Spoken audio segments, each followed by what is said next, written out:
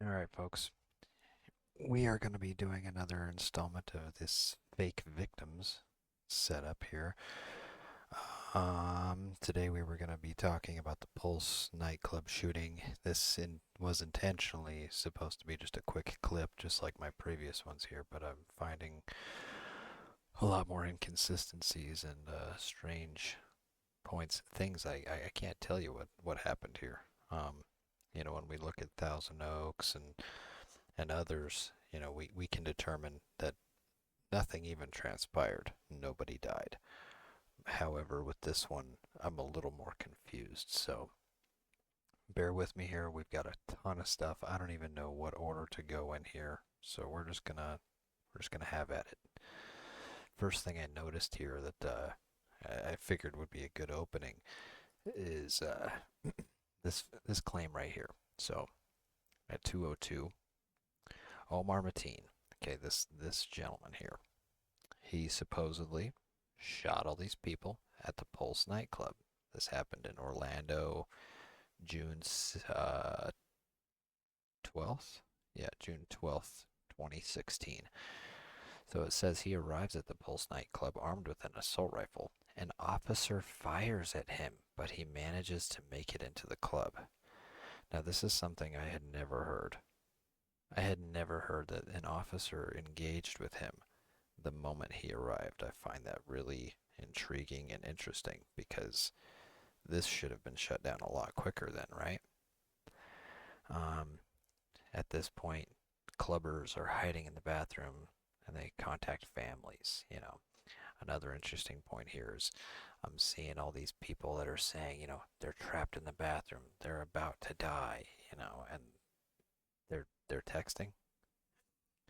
Every person has this fight or flight thing, and at some point, you think you would get up and fight, right? Who's going to be texting for that last minute? You know, he supposedly called 911, pledged his allegiance to ISIS. Um, we'll talk a little bit about that. And it's not until 5 a.m. that they blast a hole in. And I want to say roughly 13 minutes after this, he's pronounced dead. As they're saying, 5:05, he emerges from the hole and is shot. I saw some other reports that were saying he was announced dead at 5:13, which I don't know. That can kind of hold up with this timeline here. Let's see what was interesting here. Oh yes, so the victims here. This is another reason why I can't say that this was like Sandy Hook or Thousand Oaks or whatever, is because this woman who I thought was maybe a crisis actress, she's still seeking answers. So they have unanswered questions supposedly about this shooting. They don't really truly buy his motives. Um, the club apparently had structural safety problems and blocked exits. Okay, I didn't research into the blocked exits thing. The police's response and tactics, friendly fire concerns. So these people want to know, they think that the officers maybe shot their people, and that the officers contributed to the death of multiple people, is what these families are concerned about. There's no clear answers about a lot of these things. They've been looking for a ballistics report. Um, Christine Leinonen, um, she's the woman in question, the crisis actress, supposed crisis actress. She asked for a ballistic report. She was even told, actually, that she was going to get one. Leinonen said she was given hope in April when she received an email asking if she wanted a copy of the ballistics report. She responded, of course she would like that. It was never sent. And now, in recent times, they are shutting down the case. There's still all these unanswered questions. Apparently not apparently, obviously, this stuff should be accessible through a FOIA request, Freedom of Information, and they're claiming now that that's only for the police. The last I checked, police are civil servants, they're public servants. Everything that they have access to, within reason, you should have access to. This is a crime that is committed. gone. The suspect is dead. There's no reason to withhold that information.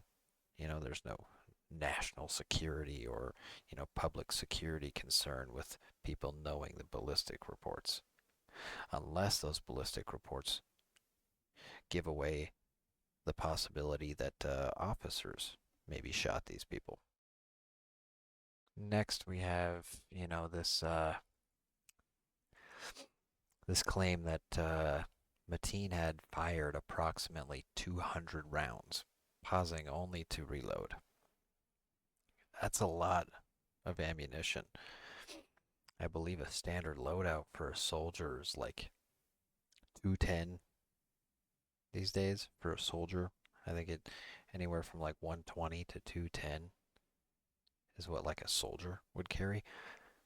And this guy's, you know, got 200 rounds approximately. And he bypassed this officer. Let me just throw out really quick. I have a working theory, random intuitive thought, that maybe this officer shot people.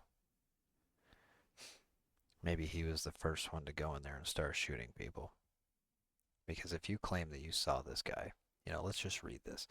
202, Mateen bypassed Officer Adam Gruler, a uniformed off-duty Orlando Police Department officer working extra duty as a security guard. So he's a guard at the building. He entered the building through its southern entrance and began shooting patrons. So he's in the building right now. Dozens were killed or severely injured inside the crowded nightclub, either directly or by ricochet. That's an interesting thing to throw in there. Then Gruler took cover and called in a signal for assistance. He told a post-incident police foundation assessment team that he immediately recognized that his handgun would be severely disadvantaged against the rifle Mateen was using. So right away, if this really happened the way they're talking about it, we're already seeing the kind of cowardice that you see at Uvalde. This guy just gives up immediately because he's got a handgun. So he says that he witnessed Mateen shooting two patrons attempting to escape through an emergency exit. Gruler fired shots at him. In response, Mateen withdrew back into the nightclub. Back into the nightclub. He was in it. These people were attempting to escape through an exit, and he shot at them. What puts him outside with that? That doesn't make sense. He's got a firearm. He doesn't need to step outside with them to shoot them, right? He supposedly continued shooting victims as he traversed through the building, sometimes firing into bodies without checking whether they were dead. When additional officers arrived at the nightclub, beginning at 2:04, so 2 minutes in, other officers show up. So at 2:02, you've got one on scene. 2 minutes later, you've got more. Gruler supposedly shouted at this time, "The gunman's on the patio," or in the patio. Again, in the patio. Like, supposedly he entered the nightclub, and they apparently resumed firing at him a minute later. So he's on the patio now, and then a minute later they start shooting at him again. Two officers joined Gruler in engaging Mateen, who then retreated further into the nightclub and began a hostage situation in one of the bathrooms. In less than 5 minutes, Mateen had approximately fired 200 rounds. Okay. Let me just explain how, look at him, okay? He's wearing pants, a flannel. They really specify what color his flannel is. We'll see that later. But he doesn't have enough room to carry 200 rounds. And by the way, I've been trying to find evidence photos of his rifle, because that should be one of the main things in the evidence photography. And I don't see a single one. I've struggled to find anything. I see pictures of people saying that he used the choice mass shooter rifle, and they just put up a general picture of an AR-15. The one image that I was able to see, every time I tried to click on it, it kept disappearing, showed the gun with like a scope on it. I would say at least a 4 to 5 times optic. Like it's a bigger optic, and yeah, it looked like an evidence photo. I can't even show you now because every time I tried to click on this, it went away, and now I can't find it again. So I do apologize. But this photo, I don't see that. I don't see what would be a scope. So how's he carrying 200 rounds? Um, Here's just an article just to show you that families are concerned about friendly fire. So just the header of the article there, and here's the body of it. The SWAT team stormed the building at 5:02. He was reported dead 13 minutes later. Yeah. See, that's a different story than what I just read earlier, right? That a hole was blown open and they started shooting at him and he was dead. It was a different timestamp. So, 3 hour standoff. Um, the police chief is trying to address this whole misconception that we didn't do anything for 3 hours. And they talk about how they pulled out an AC unit to save people and how this guy was dressed like an Islamic soldier and that he planned a car bomb, that he had a vest, and that he had a vest like they used in France. So they think he's gonna do some car bomb. According to the FBI timeline, there were only 2 short time periods when bullets were flying inside Pulse, at the very beginning and the very end. So now we've also got this strange backstory here about him that Omar Mateen used to work for this G4S security group, okay? And I'll scroll through here just so people can eventually, read it all if they would like. But I'll just summarize it for you if you don't want to read it here. Basically, this guy's coworker who used to work with him at this security place is saying that he quit his job due to harassment from Mateen. That he was always angry, and allegedly he made it clear that he did not like blacks, women, lesbians, and Jews. So, he quit the job because of harassment from this, weird extremist, supposedly. And, yeah, there's all this stuff talking about how the FBI, you know, they supposedly ran a psych eval on him. Like, we'll see multiple stories here that he was interviewed by the FBI 3 times, supposedly. That he was on their radar, and that he was claiming a connection to Al Qaeda and Hezbollah. However, those allegations were determined to be insubstantial. If a guy tells you that he has a connection to Al Qaeda and Hezbollah, and you just determine that to be insubstantial, that's concerning.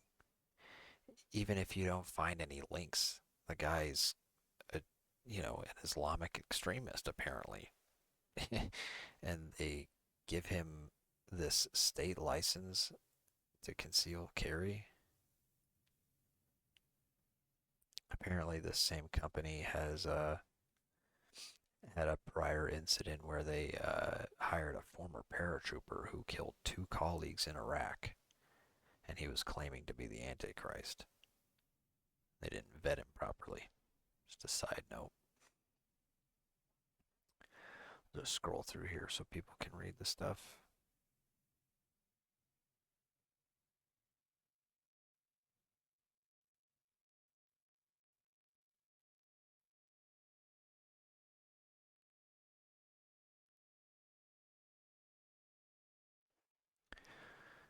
All right, so now also I want to look at himself. Here's some pictures of this guy. We want to determine what we think about this guy. Is this guy a Islamic extremist, right? You know, most people would assume based on his name, that he was maybe straight out of, you know, Lebanon, Syria or something, like that's the way the media portrays it. He was just this Islamic extremist, whatever. Omar Mateen was born in New York. He wanted to be a police officer. He got a degree in criminal justice, I believe. He went to the academy. He was working to be a police officer when I believe, I'm assuming they kicked him out. Um, I was reading all this stuff that he apparently had a problem falling asleep in class, and they also pulled some information from some other recruit that apparently Omar said, "Hey, would you tell on me if I brought a gun to school?" You know, the academy school, whatever. So they think, he was crazy because he wanted to bring a gun to class. Well, you know what? I can tell you from personal experience, I bring a gun everywhere, even in my own personal life, work where I'm not supposed to have it. I keep it on me. And I have talked to coworkers about it before, trying to see if, I would have anybody who would back me up or whatever, or if they were to happen to see it, would they tell on me kind of thing. So that doesn't really push some crazy agenda to me because they're talking about how this was around the same time as the Virginia Tech shooting, I believe. So they say it's extremely disturbing. It's nothing more than extremely disturbing that he would want to carry a firearm. You ask me, if I'm scared of mass shootings, I'm going to want a firearm. I'm going to want one, to protect myself and others. This whole idea of like, there was just a shooting, why would you want a gun? Is so silly. That's the gun control talking. So we'll just go back over here. I want to show you. Um, his father immigrated here. Didn't exactly Afghani. Yeah, they were Afghani parents he had.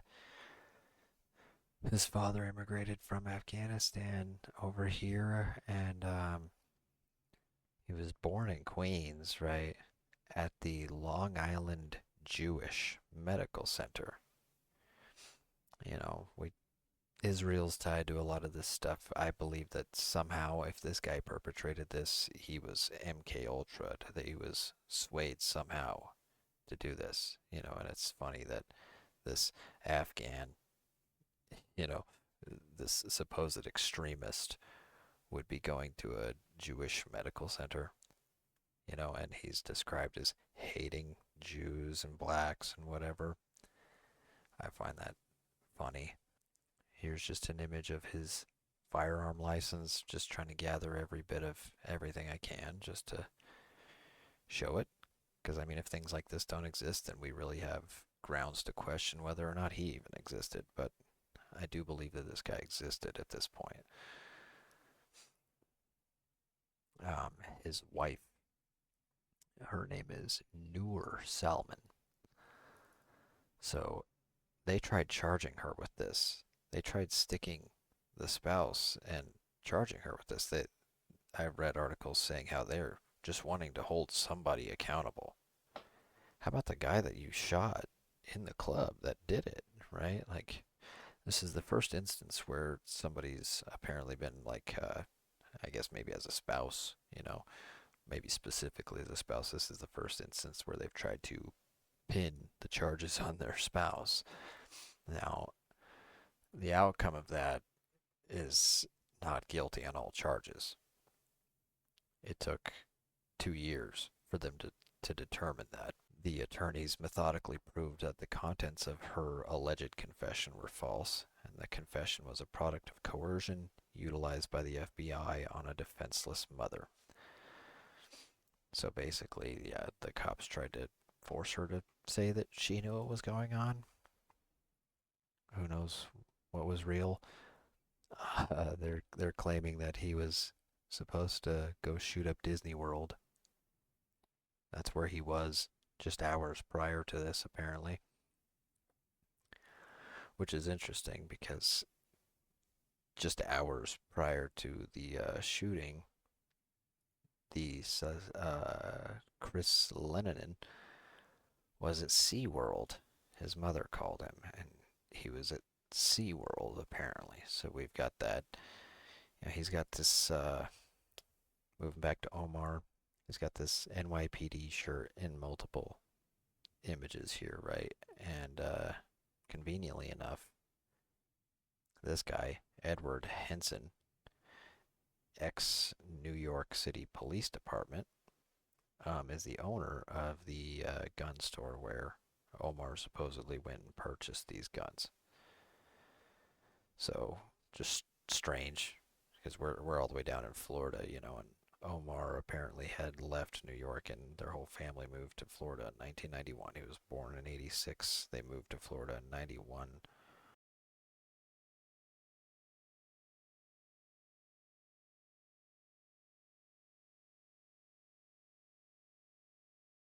I also want to discuss some more things about Omar.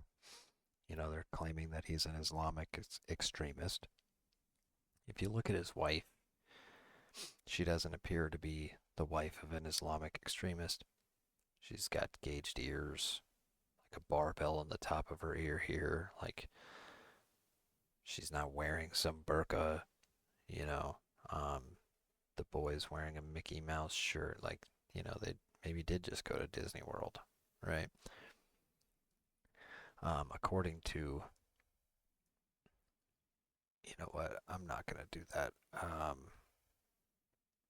I do have his autopsy report, and the autopsy report shows that he was circumcised. Again, another thing that doesn't make sense of Islamic extremists, you know, his father having him born at a Jewish medical center. He was circumcised at a Jewish medical center. Also, all very strange. Just going to scroll through some of these crime scene photos. I went through and gathered all the ones I could find, you know, reasonably. And yeah, I guess we're just going to go through some of these and see what we see. Make a few observations, maybe. So, you know, of course, we've got blood all over this trash can. Possibly bloody water. Not seeing much for bullet holes. I'm seeing bits of the wall broken off in strange manners. I mean, truly strange. I shoot 5.56, 223 all the time, and some of the stuff that we see here is just strange. You know, I shoot 9mm as well all the time. His Glock that he supposedly had. So as we go through this stuff, I want you to keep in mind the idea that this place looks a little out of order, I guess is the best way to describe it. We'll keep moving on here. So some blood on the floor. Guessing, you know, bullet holes along the bar. I mean, this stuff looks fairly consistent with a shooting. I mean, really. Uh, there actually is bullet holes everywhere from what we can see. Here's an angle from, this is apparently, from what I gather in all the stories, the main breach where they, you know, first contacted him, maybe. The two bathrooms are right inside here. You can see the signs, men, female bathrooms are in here.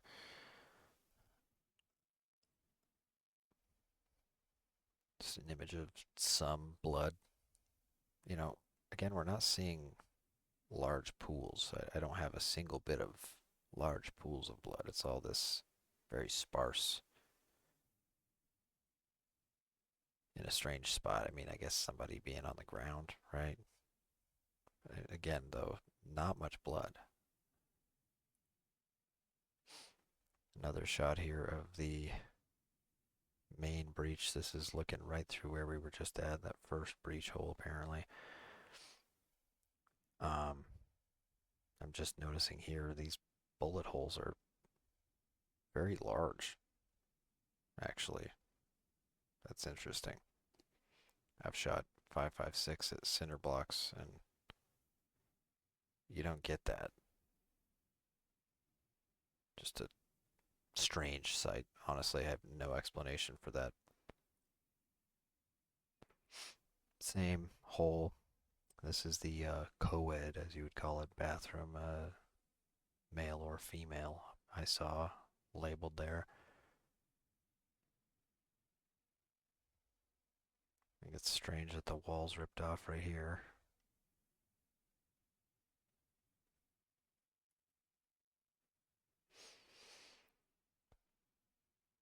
Broken TVs out on the patio and a flipped over couch. I find it odd that the couch is flipped over. When I first found this image, it noted the flipped over couch, like that was an outcome of the chaos. That's pretty orderly, actually.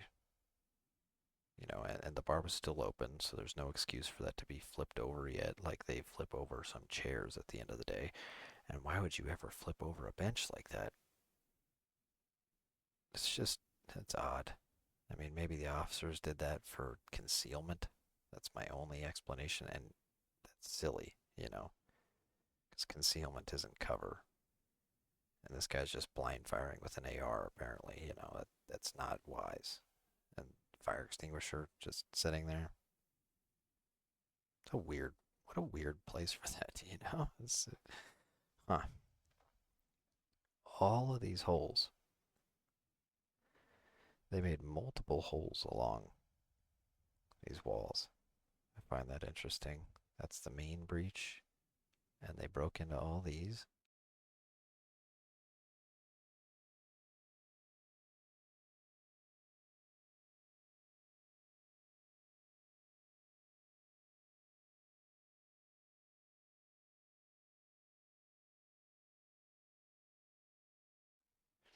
This is apparently where the AC unit was removed to help people out. I don't know why there's so many bathrooms. Everything we see, not everything, but so many things that we see involve a bathroom. Like, look, there's a toilet paper receptacle, a toilet, a sink, a washer and dryer. The toilet's right next to the washer and dryer. There's like maybe a clothesline here for cloth to come over and block you while you shit, but strange. Small amount of blood. Just that doesn't make much sense. And this appears to be like behind an entertainment center or something, like between a desk and an odd spot. There's not much blood. If someone was hanging out here for a while or something, there should be more blood. And that looks like it just got like this was flipped over and like drug through the blood or something. How does blood get on there in that manner? Another angle of that same room.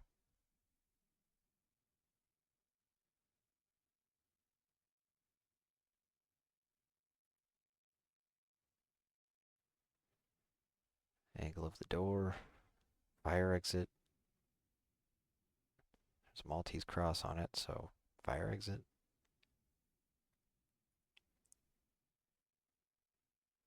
Shot of the toilet. I find this image weird because there's blood underneath the toilet seat. See that? It's underneath the very edge. And it's weird and inconsistent. Again, just not much blood.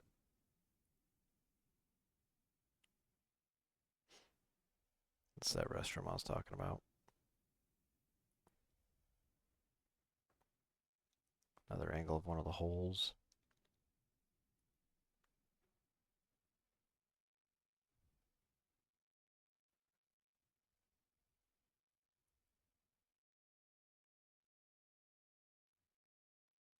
Bullet holes.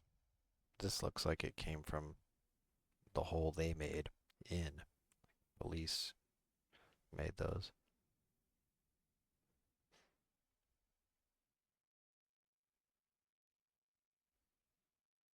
Those boards look oddly perfect.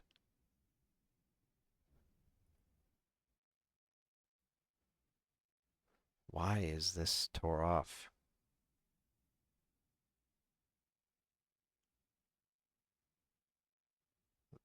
The police making holes would have been over here on the left side of the image. I don't understand why that is completely broke off. Seeing a lot of the wall being broken.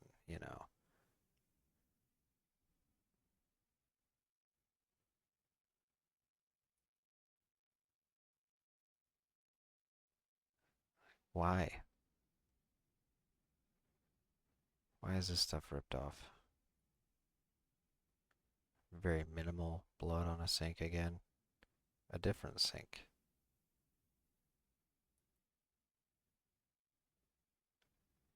A broken vase or piece of, I don't know, looks ceramic or drywall-ish, and there's a bunch of cocktail straws. A little bit of blood, maybe.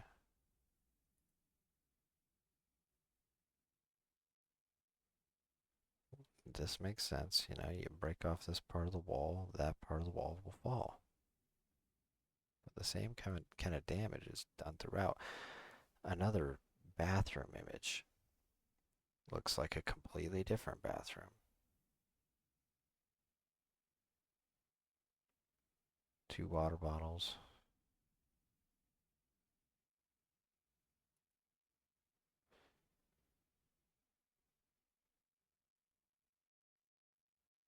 Okay. Okay. You know, that's one consistency was a lot of just images of the debris in the hole they made. You know, this apparently an officer was shot in the head.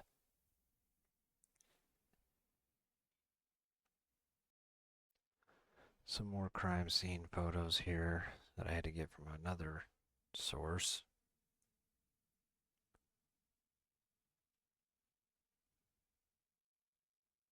I don't see any blood or anything. It's a strange image to take.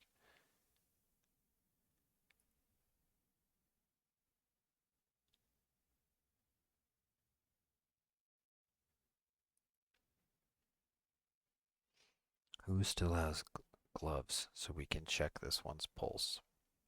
So we have the body cam footage from this still. That will come later. Um, but what I found interesting is I never see this person they're talking about. I never see anybody on the ground or anything in here. With there being so many people and so many dead, like you would think there would be so much more. They're saying 50 people died in here, as well as another 53 that were injured by gunfire. With those kinds of numbers, we should see more blood, more bodies, even by accident. They can't hide every random leg and limb and person that's lying around here. This appears to be a small venue, and they had somewhere around 320 people inside, from what they claim. Just another picture of him. Again, this guy can't have 200 rounds on him and be reloading quickly and effectively. Like, just doesn't make sense. It's him again. Here's another image of the club. This looks dusty, looks old, it looks unused. This stuff being broke off the wall, that's not consistent with mass shooting stuff. Like, how does all of this come down? It looks like this place was like about to be under renovation or, like they just went out of business and, you go in and you're gonna take over this business and this is what was left because they went bankrupt or something. Like that's what this place looks like to me. Here's an image of apparently him. I was surprised to have found this. This is fairly consistent with the autopsy reports. They do say that he was shot in the foot here twice. From one of the gunshots, I think he was shot a total of 8 times apparently. And so the blood and everything being in line with that is accurate, I believe. Here's an image that apparently shows all of the victims. Now, I don't have time to try to go through and look at every one of these. There's just no way. But we'll see. 1, 2, 3, 4, 5, 6, 7. 1, 2, 3, 4, 5, 6, 7. 7 times 7 is 49, right? Now I'm going to try to dive into Christine Leinonen.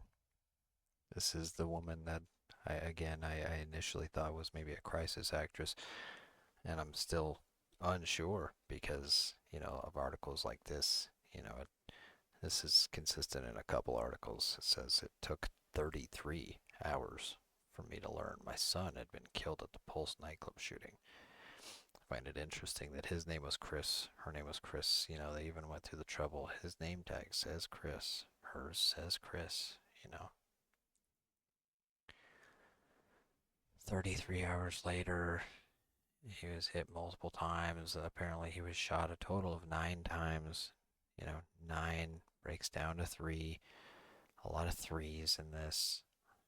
And of course, she starts talking about how she became an advocate for common sense gun laws. There we go. Let's just highlight this. It always jumps to common sense gun laws, gun control, blah, blah, blah. Common sense. We already have gun laws in place that are common sense. These people are just trying to push the bill further. She's talking about this election and people being invigorated. This whole, just the wording of this entire thing. This is said to have came from her mouth. It seems very strange, professional, written for like an essay or something. It doesn't feel very genuine. I did finally find something about his father. Okay, Chris Leinonen. He was the supposed victim, the supposed son of Christina. Of course, he's 32 years old. Um, his father finally decided to say something. I had to really dig in to find anything about his father. And the way his father talks about him is, again, just, it's like it's typed up for an essay. This doesn't come from a father, you know? It's just very straight to the point information. And I could almost attribute it to, okay, he looks like a very well-mannered Asian man, right? And not trying to be stereotypical, but sometimes they're just straight to the point with information, right? But that doesn't account for his mother being the same way in a previous article. You know, what kind of mother says he was hit multiple times and based on his injuries had likely been unable to walk or run to escape? In total, my son was shot 5 times in the torso and 4 times in the back. Christopher's boyfriend, Juan, also died that night. That doesn't sound like a mother. And this is supposedly coming straight from her. Go find this article, Moms Demand Action. Go read it for yourself. So his article is very similar. His name was Christopher Andrew Leinonen. He went by the nickname of Drew, and he was gay, a fact I only learned about 5 years ago. While I was not thrilled to learn of his orientation, I accepted it as a way he was pre-wired when born. He was handsome, personable, brilliant, and loved vintage movies. He grew up, got a master's degree, became a practicing psychologist. He was born June 1st, 1984. Chris's mother, Christine Leinonen, was a Michigan State Police State Trooper, blah, blah, blah, from 1981 to 1990. What kind of father is going to talk like that? You interview him. This is in quotations. The dad is saying he was born June 1st, 1984. His mother names her by the full name, was a Michigan State trooper from 81 to 90. Like he lists the time frame and everything. And he tells the whole story. And I cut some of this short. I just needed some of it for context. Okay. But it just doesn't work. And we'll go through a little bit of footage, interviews from her, Christine. Another side note, she's been involved politically with this for years.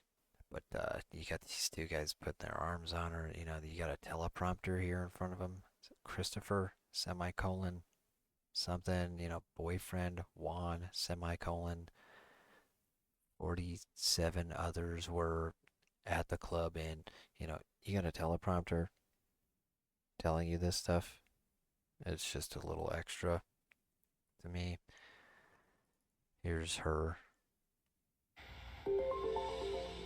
Our coverage continues in downtown Orlando tonight. Our Brandon Spencer is reporting from the location where shuttles have been picking up the families to go to Pulse. There's mixed emotions, as you can imagine. We've seen tears, nervousness, anger, and even some laughter as people are still trying to figure out how to really just take in this week. Now, families and survivors of the Pulse Nightclub shooting were briefed on the current state of the case by the FBI before heading to Pulse. We were able to see a group of about 24 people standing outside the hotel after the briefing, with some telling us they were surprised by how the meeting went. Christine Leinen is the mother of one of the victims, Chris Leinen, and says she expected to have some of her various questions answered, but instead said she was told the case is almost closed. She shared those frustrations with us.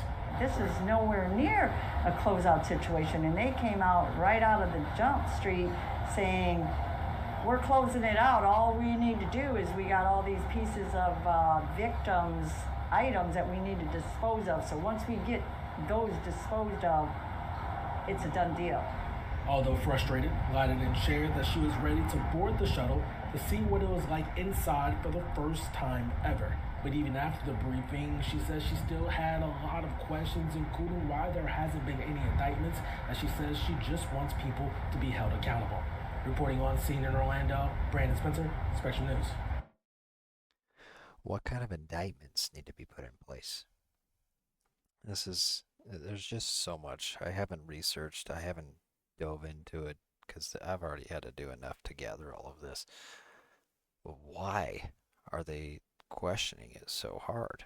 You don't get that very often. I gotta say here that a lot of reasons why they fake these shootings entirely is because they know that families will stop at nothing to figure out what happened to their baby. Okay, they learned that from 9/11. They don't want to make those mistakes because people become very driven and motivated. And at that point, you're going to have to silence them. And the more you silence, the more you kill, the harder it is for you to cover it up. So that's why it is weird if this one was real, because we've got 50 victims. That's quite a bit. And for whatever reason, all I ever see is information about just a few of the victims. Now we're going to watch the longer form interview that was done with Christine, supposedly while she was waiting to get the information whether or not her son, Chris, was shot dead or not. This is the longer form interview. Like I said, there's a few shorter ones out where they kind of just cut the juicy parts of her crying in, right? I may pause it a couple times just to interject something, but yeah, let's just see what you think, because me personally, it does feel a little forced and strange. Her voice is interesting. I'm a pretty good people person, pretty good at reading emotions, and it does seem a little weird, just a little off.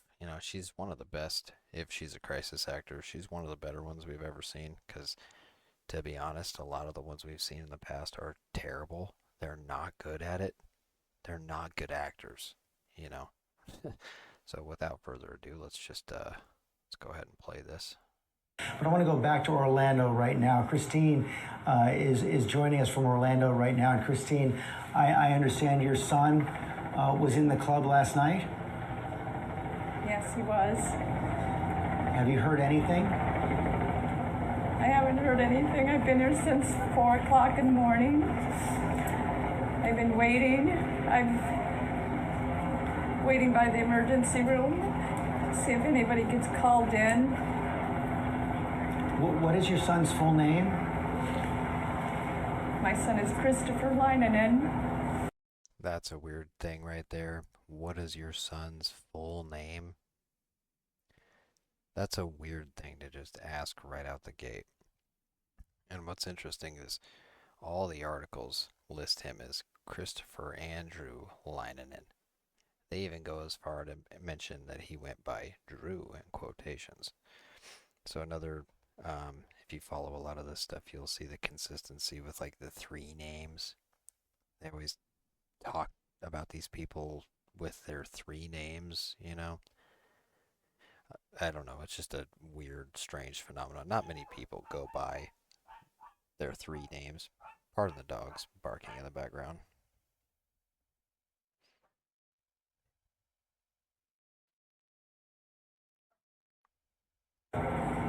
Christopher Lyon, and what have the police been able to tell you?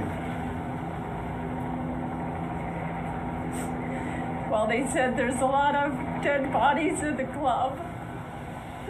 That's a crime scene. They can't identify anybody. So it could be hours and hours before we find out. The hospital said that there are some bodies at the hospital that came in and they died. And they're not identifiable yet either. And then there are a few that are in critical condition that aren't identified yet. Christine, I am so sorry. Were you able to have any kind of communication with your son last night at all? Any text messages, any phone calls? No, I called him last night at 6 o'clock. He was at SeaWorld. And I was just giving him some information. I have to stop there because he was at SeaWorld. Okay. Omar was supposedly at Disney World hours before the shooting. That he was going to need to know for my upcoming surgery. And I left him with, "I love you, Chris." And then I just happened to wake up at 3 o'clock. And I was checking my Facebook. And I saw that one of Christopher's friends, Brandon, had posted on Facebook that there was a shooting at the Pulse. And he doesn't know where his friends were. So I texted him and called him and came right here to the hospital. And we've been waiting since 4 this morning. Well, His Christine, friend Brandon was in the club at the time of the shooting. Christine, we are praying He with told you. me that Go ahead. he told me that he had just happened to be in the bathroom and he heard multiple gunshots, and he was able to run out the front door.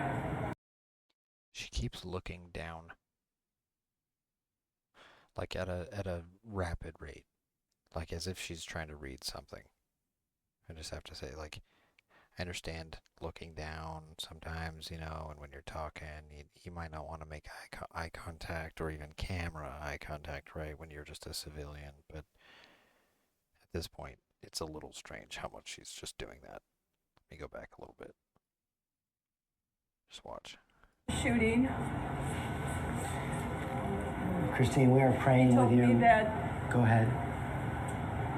he told me that he had just happened to be in the bathroom and he heard multiple gunshots, and he was able to run out the front door. And while he was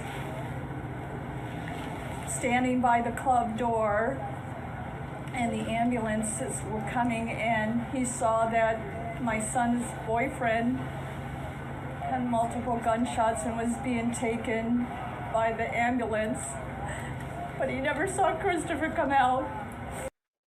The likelihood of this Brandon character seeing her son's boyfriend dead and being carried out is pretty low.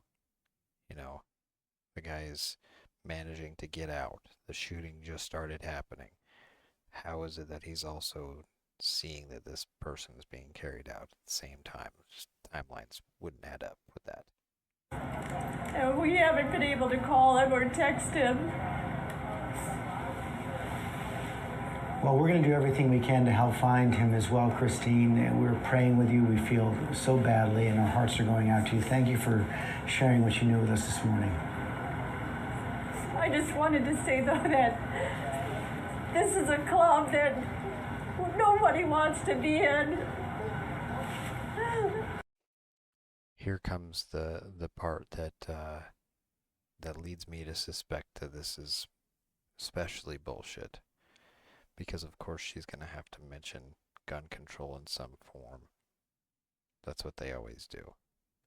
They don't air the rest of this on most of the sites that I've seen. You know, like most of the clips I've ever seen of this woman are the short clips of her just saying, oh, let's be nice, you know, whatever. This long form is a little more rare, and I find that interesting because, you know, the longer she's on camera, the more easy it is to pick out that she's an actress. So, again, let's see where she goes with this right here. And please, could we do something with the assault weapons so that we could stop this club from ever getting any new members? I beg all of you, please. I wanted to let you know about my son. When he was in high school, he started the Gay Straight Alliance. And he won the Anna Frank Humanitarian Award to bring gays and straights together. I've been so proud of him for that thing. Please, let's all just get along. We're on this earth for such a short time. Let's try to get rid of the hatred and the violence. Please. Christine, your words are so powerful. Does that not seem forced? That feels so forced. This morning is so clear your heart is breaking, and we're thinking of you, we're with you, and know that your words have been heard. Thank you very much. The botched attempt at like the 1,000-yard stare or whatever it is that she's trying to do. I'm sorry, but that's just, it's bullshit. So with something like that, you know, then I'm like, why is she questioning it still? Let's move on to, I mean, I guess here's some other news clippings. Let's see. Oh yeah. So I specify black girl here with the title of this video because there's a young black girl here who claims to have spoken with the shooter, and the shooter said that he feels for black people, that they've already suffered enough. And that is in direct argument with what we read about him, that supposedly he was very anti-black and always angry and just super Islamic extremist, right? He hates everyone. You know, Islamic extremist goes hand in hand with like Nazi, you know, they always just hate everyone. Really convenient. So I'll just play this here. Angel Cullen still can't walk. Among the first to be shot, he collapsed when 3 bullets were fired into his leg. I tried to get back up, but everyone started running everywhere. I got trampled over, and I shattered and broke my bones on my left leg. Unable to move, Cullen watches as the gunman approaches. He's shooting everyone that's out. Shattered and broke his bones? What? Everyone started running everywhere. I got trampled over, and I Shattered and broke my bones on my left leg. Shattered and broke his bones on the left leg. What a really vague statement. Mass shooting, you shatter both of the bones in your left leg. Well, you have 3 bones. If you're counting just long leg bones, you get your fibia, your tibia, and your femur. Hell, you got your patella in there. You could bring in all the rest of your foot bones as a leg bone. It's just very vague. The picture of him, I should have saved it. He's got like casts on both of his legs, on the lower parts of his extremities, like on his calf down. Both legs have the casts on him. He's in a wheelchair. He doesn't mention anything about his other leg. You hear him clearly say, both bones in his left leg. Unable to move, Colin watches as the gunman approaches. He's shooting everyone that's already dead on the floor, making sure they're dead. I look over and he shoots the girl next to me. And I'm just there laying down. I'm thinking, I'm next, I'm dead. Colin is shot again in his head. But the gunman retreats as police move in, and an officer drags Colin to safety. They were being dropped off in truckloads and in ambulance loads. Within minutes, the nearby trauma center was deluged. I quickly realized that I needed to call backup. By 3 a.m., the hospital jammed, extra staff running a conveyor belt in the OR. There was never any downtime. We were literally operating on different body parts at the same time. Just blocks away, the gunman now had hostages. Throughout that period of hours, the gunman was in there with us. Patience Carter was hiding in the bathroom. He actually made a call to 911 from in there, and from that conversation from 911, he pledged his allegiance to ISIS. And after that, he even spoke to us directly in the bathroom. He said, "Are there any black people in here? I don't have a problem with black people. This is about my country. You guys suffered enough." But it wasn't over yet. You hear it right from her. Apparently he's in the room with her and is talking to them, through the stalls, doesn't even look at him, doesn't even try to... what a strange supposed hostage event. There's a 3-hour-long standoff, okay, and he never looked at her. He had to ask if there was black people there. And then he said that he doesn't want to hurt them if they're black. He's in a gay nightclub. He's an Islamic extremist. He should want to shoot every single last person in there. He can pretend he has hostages, for fuck's sake. Fire kept getting closer and closer. And at one point, everyone was just like, shh, be quiet, be quiet. And that's when bullets start going through the stall wall towards us.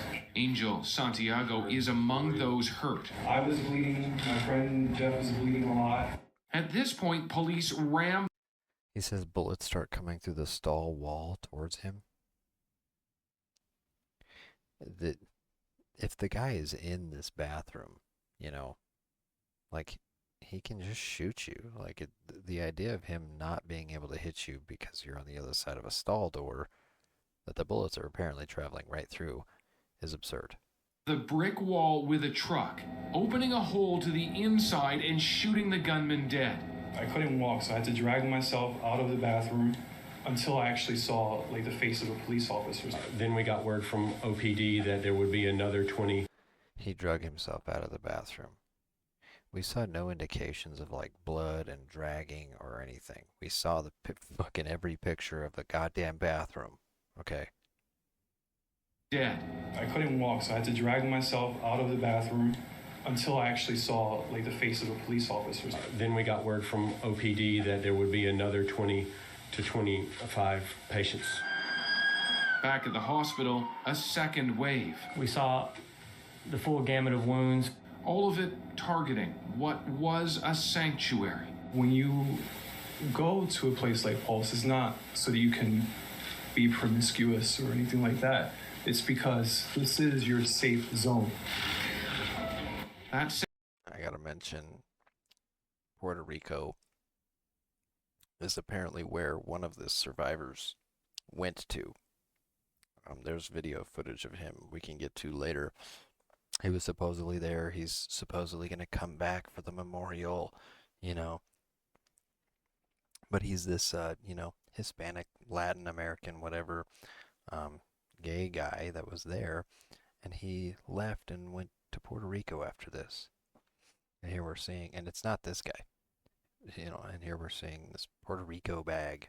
Just interesting. I wonder if they picked a bunch of crisis actors from Puerto Rico and then sent them back. They're not connected. They're isolated out there. It'd be easier to hide these crisis actors, if they're on still a U.S. territory, but they're away, right? To a place like Pulse is not so that you can be promiscuous or anything like that. It's because this is your safe zone. The Pulse Nightclub wasn't to be promiscuous, it was to be safe. As if it's not safe for gay people in Florida. And we see there's a strip pole, there's this bathroom that, I would say is the way it is because there's apparently strippers there, right? At a strip club, they get their more little privatized section, where you see the vanity mirror, like we saw in that picture I'm referring to. A vanity mirror, maybe a washer and dryer, apparently. I had no idea about something like that. But maybe a bathroom, and a weird little back room for the strippers to go to. So not a place that is free of promiscuity. Clearly they go there to get laid and be sexually enticed. That's obviously something that they do at gay nightclubs. That's okay. I'm not judging anyone for that. But it's just really funny that he says this is our safe space. They're really trying to pull on the heartstrings. That's the reason why I'm kind of attacking this statement, right? Not attacking gay people in their nightclubs. I'm attacking the whole safe space thing. I don't see a bunch of anti-gay hate crime happening. That safety disrupted. But in the face of terror and tragedy, thanks from a survivor. I love you guys. Peter, I was standing beside some of those surgeons and the OR nurses and others, and like the injured, they're just starting to process the trauma that they have experienced. One of them telling reporters with tears in his own eyes that he sees even today colleagues walking into the ER crying. Incredible stories. All right. This was just a few days after the shooting, so, he says, even today they're coming in crying. Well, of course, it's only been a few days, of course, maybe some hospital employees are still going to be traumatized. Hell, to this day they could still be traumatized from that instance. So to be so amazed that people are still upset about it just a few days after the event is silly. So if you like, you can fast forward to some of the body cam footage. I'm literally just going to go through every bit of everything that I have, purely just for, evidence purposes. You guys can take a look at this stuff yourself. Maybe someone else can determine more. So we're going to go through everything that I've got here.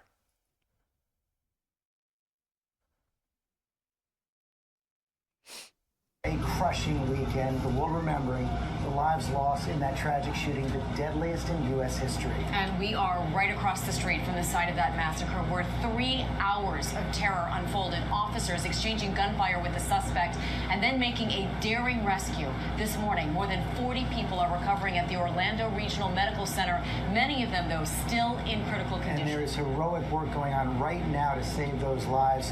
Here's what we know right now about the shooter. His name is Omar Mateen, 29 years old, from Fort Pierce, Florida. Born in New York, he pledged allegiance to ISIS on a 911 call during the shooting. Officials are just now finishing a sweep of his home. They've been there since the shooting began. And there are a lot of big questions this morning, including how did this man on the FBI's radar slip away? He was investigated twice, interviewed 3 times. I gotta pause it there because some other information I didn't include. He just said that they were sweeping his house. They've been there since the shooting started. That's interesting.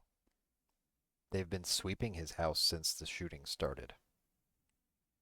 As if they could even know who it is at the time and already be at his home.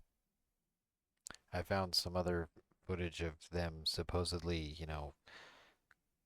sweeping the house of his father. They went on the same day. This was on June 12th. They went to his father's home and was also getting stuff. I'm seeing guys come out of the house with, plastic totes with stuff in it. You didn't bring a bunch in there to search, right? You don't bring a plastic tote in there to search unless you have stuff, right? Like multiple people carrying things, like they left his father's home, is what I'm saying, with a bunch of stuff. And this guy right here is saying that they were searching Omar's home since the shooting started. Wow. My goodness, and we are learning now more about the lives tragically lost in the attack. There are so many stories emerging about the victims and the heroes. Their families and friends are speaking out. And take a look this morning at the Orlando Sentinel, sharing this front page saying our community will heal. And the world is embracing this community this morning. Tributes pouring in from around the globe. The Pope, Queen Elizabeth, millions of ordinary citizens sharing their heartbreak. You see the vigils right there. Pray for Orlando. And one of the most powerful images, hundreds of people lining up to donate blood for the wounded. You saw it right there at the One Blood Center. So many people showed up, they had to turn some away. Yeah, everyone just wanting to help in any way. And we have full team coverage this morning, live in Orlando and across the country. ABC's Gio Benitez starts us off and has the very latest for us. Good morning, Gio. Amy, George, good morning to you. Overnight, we spoke with a survivor who lived only because he played dead for 3 hours. That excruciating clock ticking as more and more people were killed. On a Saturday night, inside this popular Orlando nightclub, just after 2:02 a.m., 15 minutes after last call, the club still packed with 320 people. I'm at the club. ABC News obtaining this cell phone video from the brother of a club goer. Listen as those first shots ring out over the music.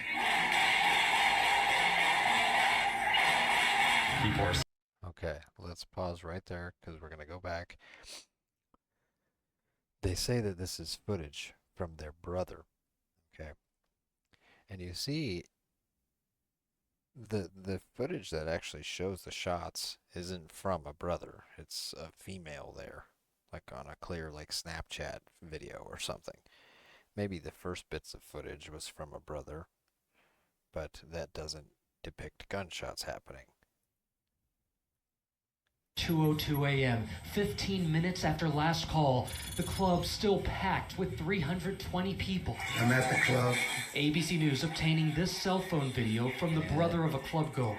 Listen as those first shots ring out over the music. People are screaming, help me, I'm trapped. And people are getting trampled. We didn't know which door to take or where to go. At 2:07 a.m., the club posting this Facebook message. Everyone get out of Pulse and keep running. 5 minutes into the shooting, the Pulse Nightclub makes a post saying to run. Like, again, like with victims texting when they're about to get shot. Like, what? I'm telling you, okay, it does not make sense for anyone in Pulse to make a Facebook post 5 minutes into this shooting. That is, like, just so asinine and strange. You know, when things like this happen, your adrenaline dumps. You start panicking. You don't do any of that, right? You know, you kind of lose track of stuff. Your hands, you know, you're not going to be doing something as deliberate as making a Facebook post like that, right? Even going to type, you're going to be shaky. You can't think straight. People want to pass out. You know, you start going into shock even, like, especially sensitive people. And I hypothesize that people at a gay nightclub are extremely sensitive, especially to guns and gun violence. You know, you would see a lot more panic than what we see, you know, and Instead, we're seeing these people able to text and make Facebook posts just minutes into this, when there's supposedly 300 people and 100 plus are having a hard time getting out of the building. A police officer working security at Pulse fires at the shooter, now identified as 29-year-old Omar Mateen, armed with a high-powered assault rifle, the 6-hour MCX, and a Glock 17 9mm hand. Let me just say, that's not a high-powered assault rifle. That is a it's a light caliber. It's a light rifle caliber, and that is a sporting rifle. At the shooter, now identified as 29-year-old Omar Mateen, armed with a high-powered assault rifle, the 6-hour MCX, and a Glock 17 9mm handgun, Mateen retreats further into the club, shooting more people along the way.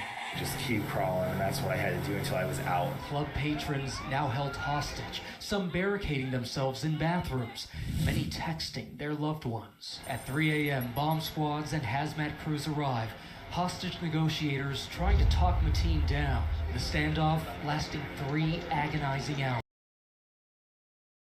Just to see, okay. Pulse, this is a Pulse worker. Okay, and he's carrying this guy.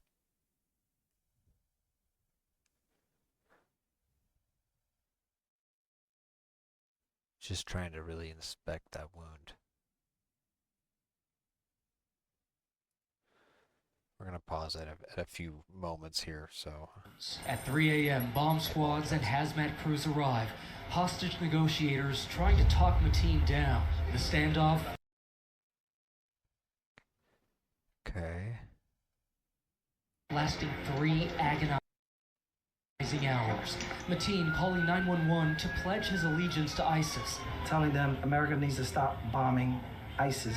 So he was Syria. calling people on the phone? Yeah. The wounded trapped inside with the gunman, some even playing dead.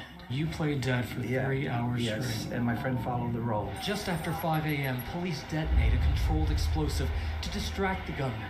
The SWAT. They detonate a controlled explosive to distract the gunman.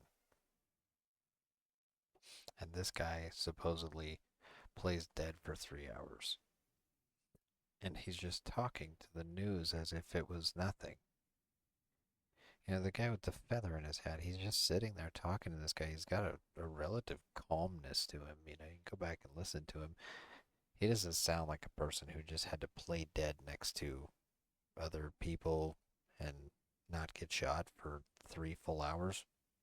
The kind of stress you would endure.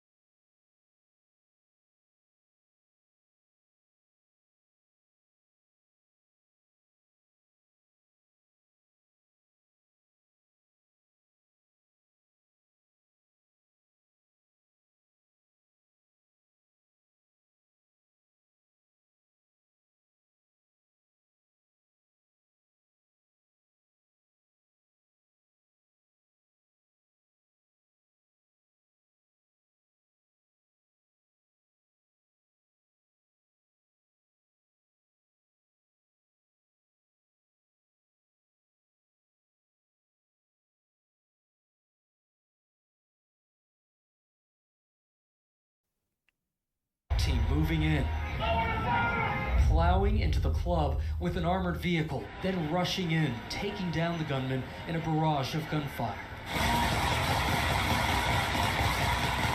One officer shot in the head, saved only by his helmet.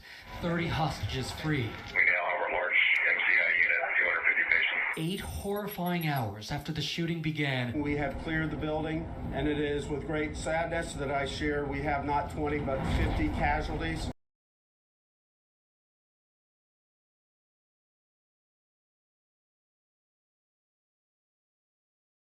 The devastating reality that this shooting is now the deadliest in U.S. history. May God be with them. God bless their soul. It's hard. That same weird, fake crying face that I see them all do. They do the weird eye fluttering closing. They can't look at you. It's like forced, you know. And that shot where you hear all the gunfire and they say this officer was shot in the head, you know. We'll see later in body cam footage that that officer wasn't shot in the head during some barrage exchange, you know. He just, it seemed like just a stray, like the guy wasn't shot yet. You know, the suspect wasn't shot yet. And from everything that we read, there was just the initial gunshot barrage when he first entered, and then there's the massive barrage at the end. That's what the stories all claim, that's when the shooting happened, was in the beginning and then the end. But to me, obviously there would have to be shooting in between, you know, with this the narrative that they give you, that he was contacted, then he breaks contact, then he was contacted, then he breaks contact, you know, like that alone shows that there was contact separated, and it wasn't just an initial barrage of gunfire and then the initial or the final conclusive barrage and then the officer being shot in the head. That also shows, you know, some foreplay, if you will. Like they were exchanging rounds, you know, and there was supposedly more shooting than what we're told. And you won't hear any of that on any of these bits of footage. Not a single bit. The only time you hear the shots is that like last barrage. I'm pretty sure. I mean, unless there's some footage of initial shots. Yeah, like that girl's cell phone footage is apparently, you know, the first shots ringing out. Those are the only times that you get to hear any shots, is like that last clip where it was at the end, and then this initial Snapchat clip. But they're claiming he shot 200 rounds. Where is all that? Gunshot I heard, I was hoping it wouldn't hit any of my friends. And of course, those bullets did hit his friends. In fact, he knows nearly everyone who died, serving as a mentor to many of them. George, this is just one of the lucky voices able to tell his story this morning. And how convenient that he knows all of the victims. Like the crisis actors wouldn't all know each other. It's hard. Every gunshot I heard, I was hoping it wouldn't hit Just want to get a view of these people real fast. any of my friends. She seems a little chipper. So this is the story of a DJ who supposedly helped. And he, again, just seems like he's reciting some story, you know, and even eventually the newscaster gets sick of hearing it and basically interrupts him and stops him. So I find that really weird. Let's just hear this. I want to talk more about the victims and the heroes of this tragic shooting. The gunman killing at least 50 and injuring 53 others. Those people, parents, sons, daughters, and loved ones of so many. And in those moments of terror, so many heroes stepping in to help and save lives. Among the deceased, 23-year-old Stanley Almodovar, 20-year-old Luis Omar Ocasio-Capo, and 37-year-old Kimberly Morris, killed on duty working Saturday night as a security guard at Pulse. The lives of 22-year-old Juan Guerrero and his boyfriend, Christopher Linenin, also taken in the massacre. Linenen's mother with an emotional plea Sunday before finding out her son had died. When he was in high school, he started the Gay Straight Alliance. I've been so proud of him for that. Please, let's all just get along. We're on this earth for such a short time. Let's try to get rid of the hatred and the violence. Friends and family receiving heartbreaking messages from their loved ones trapped inside. I got shot. I'm bleeding out. I think I'm dying. I love you guys. Tell mom, dad, everyone I said I love them. This mother receiving a detailed account of her son's last minutes through texts. 30-year-old son Eddie Justice barricaded in the bathroom. This text reading, "He's coming. I'm gonna die." He said he has us and he's going to kill us. And that was it. Many of the Let me just say that text timestamp was at 2:39. Everything started at 2:02, 2:03. They're saying that there wasn't any gunshots, in between. But here we are 30 minutes in, 30 plus minutes in, and people are saying they're about to get shot. 53 wounded, still alive thanks to the quick thinking of strangers. My only instinct was to help everybody else around me. I saw my buddy Juan, who is the bartender, and first thing I do is I see his wound and I take off my shirt and I just tie my shirt around his leg to stop the bleeding. Overnight, vigils honoring the deceased, offering comfort to those who haven't lost hope. You don't believe your brother's dead? No, I don't, and I refuse to believe that. How important is hope to you right now in this moment? Isn't that funny? He says he doesn't believe his brother's dead. Because he's probably not. He's the main thing. He's the only reason why I'm standing. We just checked in with Barone a little while ago. He has still not heard from his brother. He said he is devastated and yet remains hopeful at the same time. We want to now turn to one of those heroes from the shooting. Joshua McGill fled the bar during the attack and came across Pulse bartender Rodney Sumter, who'd been shot 3 times. Joshua used his shirt as a tourniquet to stop Rodney's bleeding and went with him to the hospital, and that is where we find Joshua at this hour this morning. Thanks for being with us this morning, Joshua. Yeah, not a problem. Thank you very much for having me.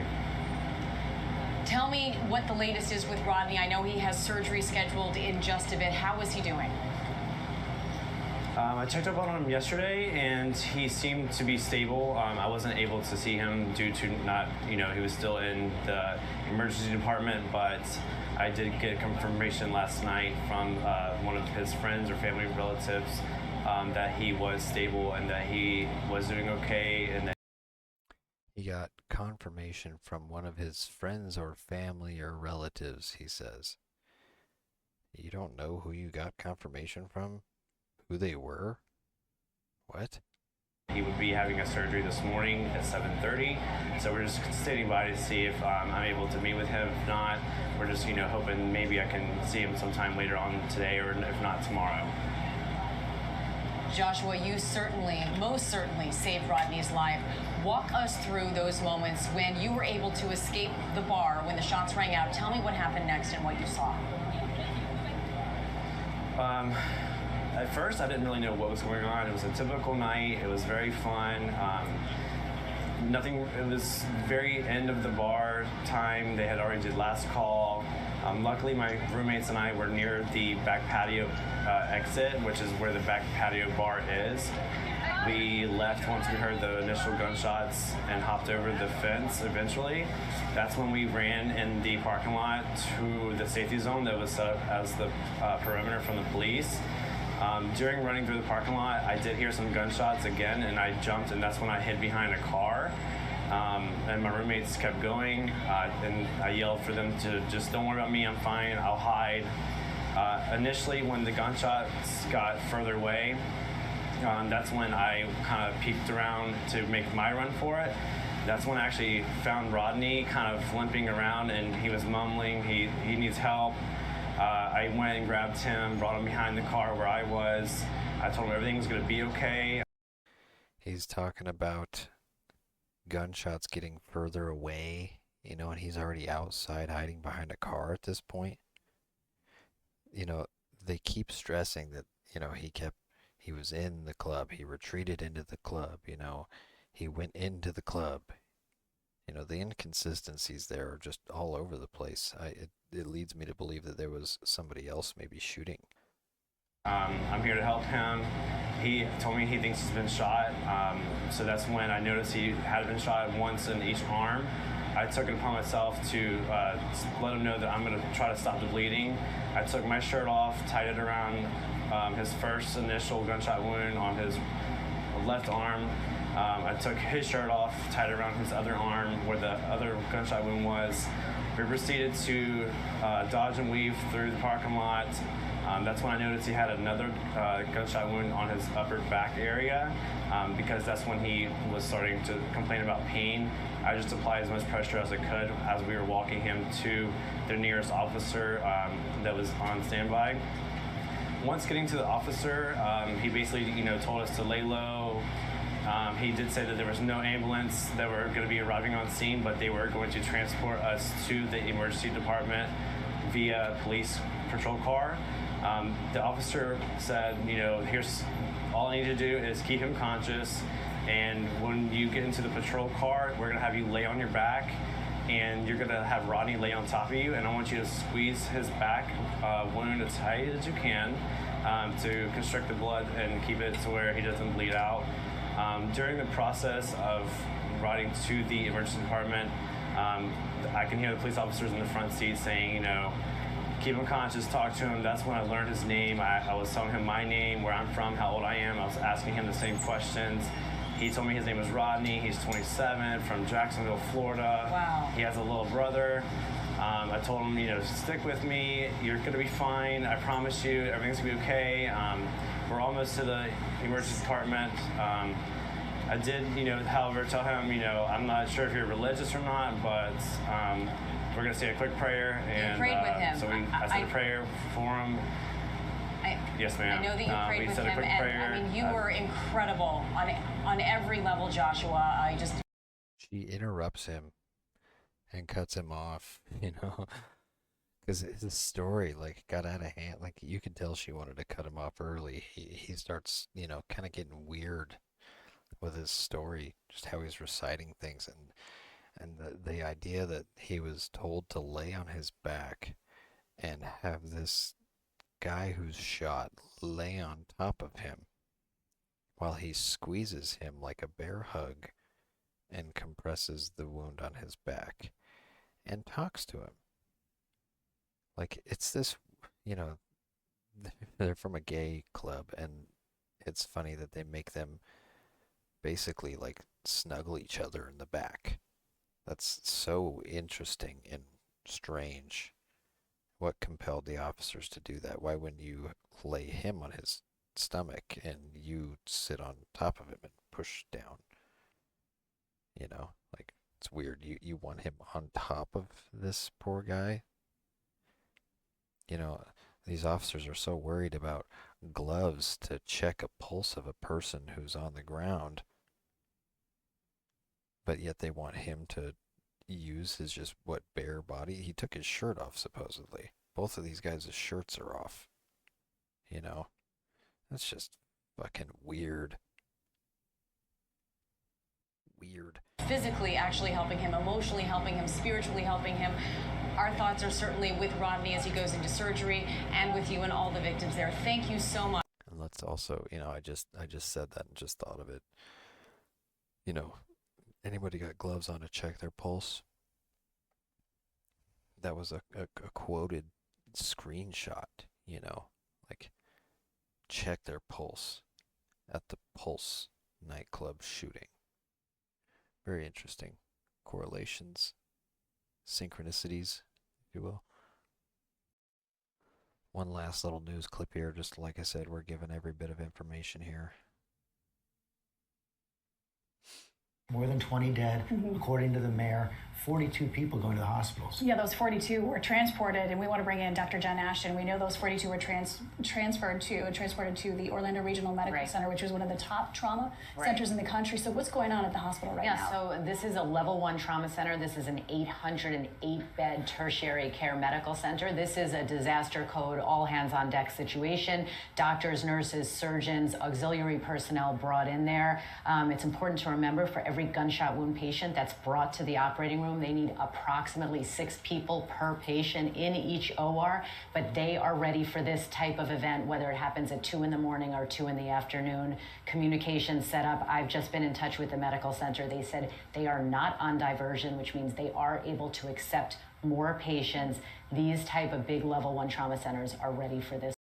So just as a reference point for the numerology purposes, which we'll get into after this, she says the number's 6, because you need 6 people per patient. She says 808 beds. 8 is one of the outlying numbers in the numerology we'll see here, and 80 specifically, 80. So we've got 808. Just a quick note. All right, now we'll go through just a little bit of body cam stuff here. This is a little compilation. It's got a few different angles. Mind you, they're They're Keep all your hands in subs. front of you and crawl towards me. Let us take it to the big door. Hey, take it to the big door. Keep on the hallway. Who's doesn't have gloves? We can check this one's pulse. Do you want to check this one? No.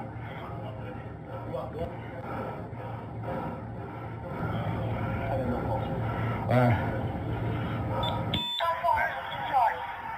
Ma'am, come on out. I got no pulse. Did anybody check this one's pulse?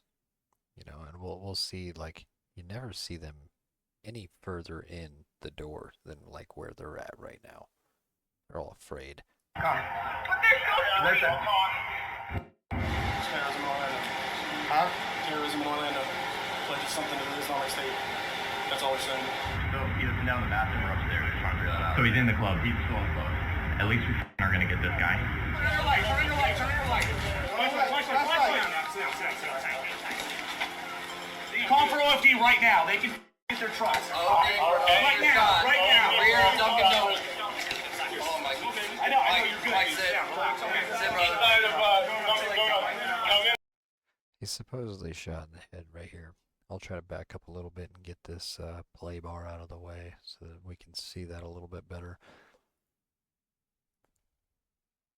At least we are gonna get this guy. Turn your light. Turn your light. Turn your light.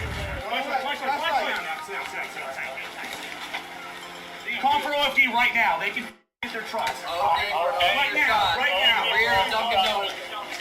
Oh my God. I know you're good. Mike said, Relax. Sit, brother.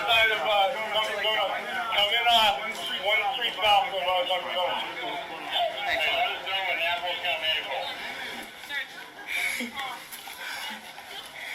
Who's this? Wally. The guy was shot. We were helping him. Just want to make sure he's okay. Okay, well, what's the service for? Check him. Yeah.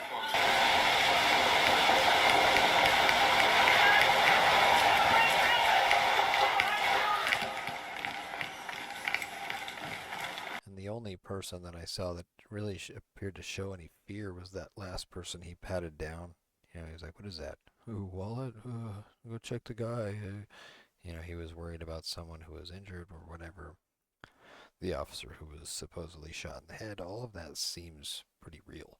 You know, the responding officers do seem like they're actually like concerned about this event. They're not acting, you know, they're like, "Oh wow, he's shot in the head. Oh my God, everybody take care." You know, and this other officer says, "Oh, terrorism in Orlando." He's saying something about Islamic State, you know. Like they seem genuinely like involved, like they're not acting. At least the officers that we see here, you know. Random shot of people fleeing, and officers making apparently what looks like first contact.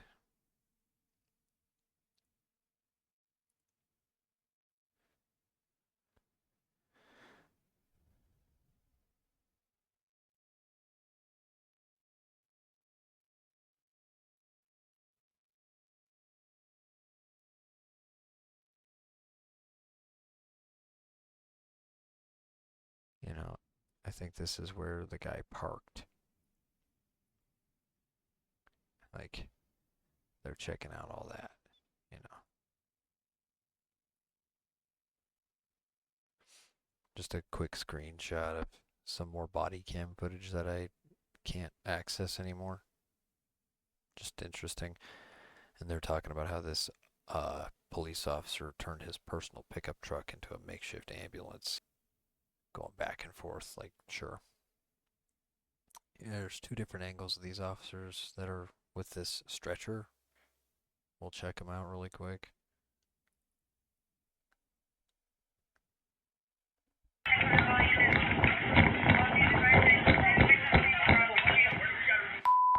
We're all inside, yeah. Alright, you got plenty of guys in there covering you. You got tons of guys in there covering you. Blue coming in. Blue coming in.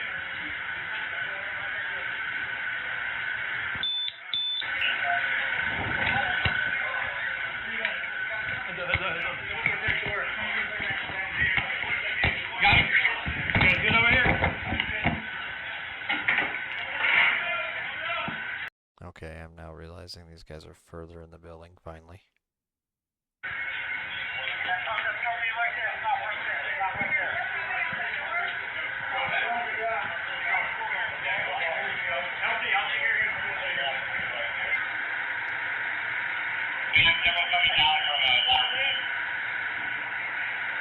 I must say, this is the chaotic scene as police first enter Pulse Nightclub after the attack.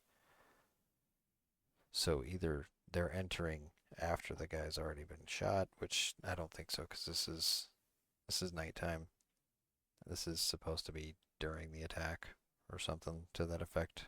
And there's nothing going on. You know, the guy's got his gun out. Like, they're concerned. They're saying, you got plenty of guys to cover you, blah, blah, blah.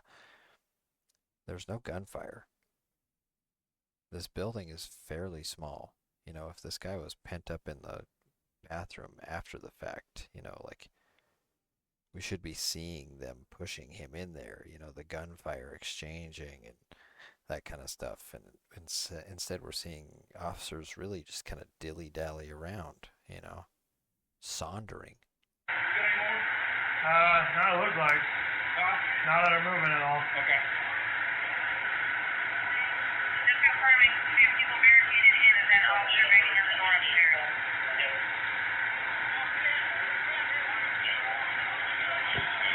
Got my orders, we are engaged and we're trying to make contact. Go! Let's go! Let's go!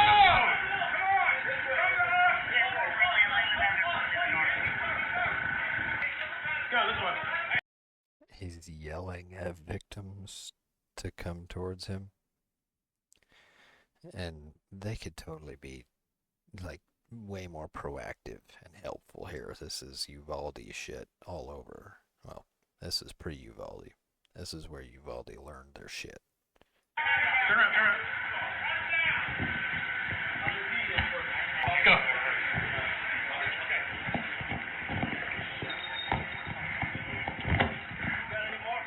There's a line of them coming out. Headquarters, the upstairs office.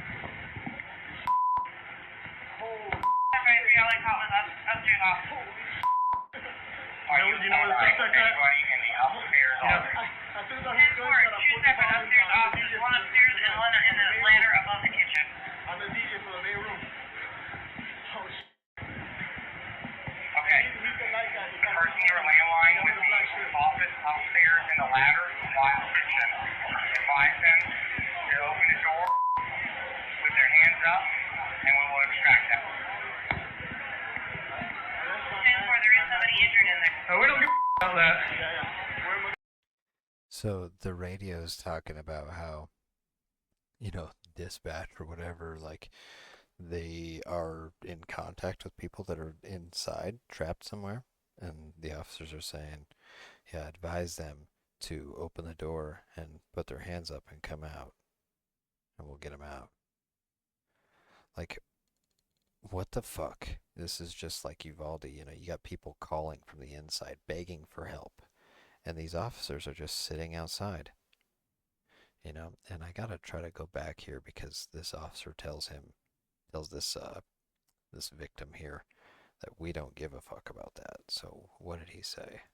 Okay. Person your landline with the office upstairs in the ladder while kitchen. Advise them to open the door with their hands up and we will extract them. 10-4, there is somebody injured in there. We don't give about that. Where am I going to be at? Sit, just sit. Sit over here. Couldn't hear it. Hey. Coming out. Are you injured? How many more we got?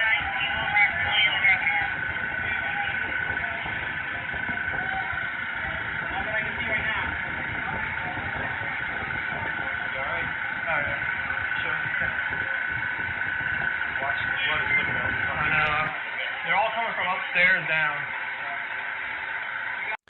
They're all coming from upstairs down. You know, if they're coming from upstairs and coming down, like, you don't know what's up there behind them. You know, you need to be in there helping them. And I also have to add, it's really convenient and terribly obnoxious that this body cam footage is pointed down at a 45-degree angle. Like, how convenient, right? We're looking at his fucking hands and, like, the bottom of his chest. His chest rig takes up 35% of the screen. I'll show you where to bring them.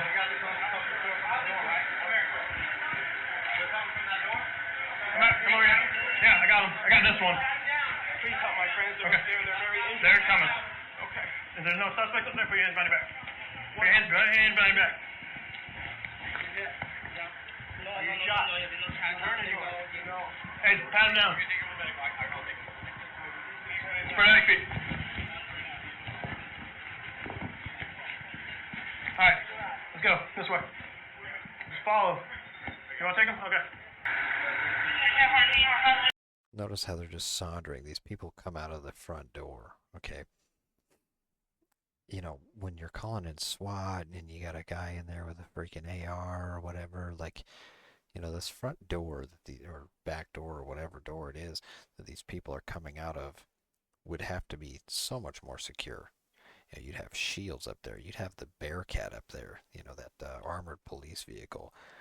You wouldn't be just sauntering around by the door and patting him down just feet away from the door. I have to say that is tactically so disadvantageous. Like, who's to say the shooter's not going to come tearing down and start spraying at everybody and get rounds through the front door? I mean, shit, these bullets could go through the wall. Like, you need to be so far away from the scene. You need to have bulletproof measures right there. That's how they do everything else. But not here, no. Not when 50 people were just murdered, you know, in a dense nightclub. No, we don't need anything. Right along with the shooter? Yeah, bullets here.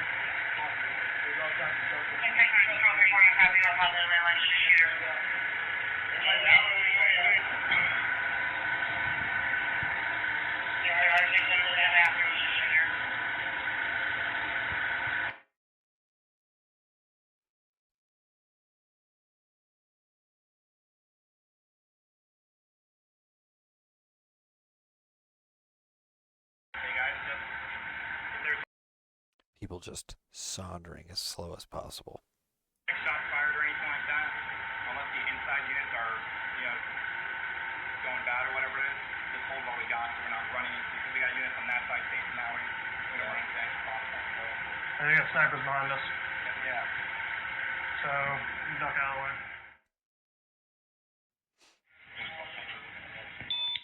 Huh? Yeah, Navo. Look at this. You've got officers all lined up against this wall. Like, that is a lot of men. And here's just one standing out here in the open. And you've got these guys across the street using this car as coverage, kind of, and they're all like lying in wait. You know, what's the point of standing over here to be safe when these guys are clearly just messing about over here? You got a guy just standing there. Huh? Yeah, Navo. Navo got hit. Hey, find out if they need a stretcher over there.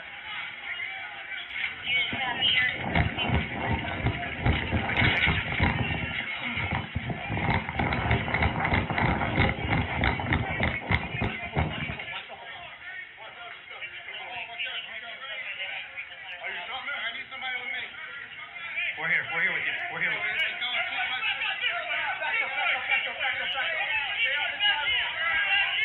Back there. Back off.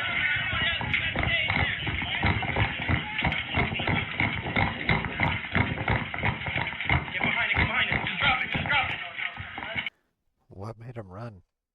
There was no gunfire report. There was nothing. Just a guy just starts yelling.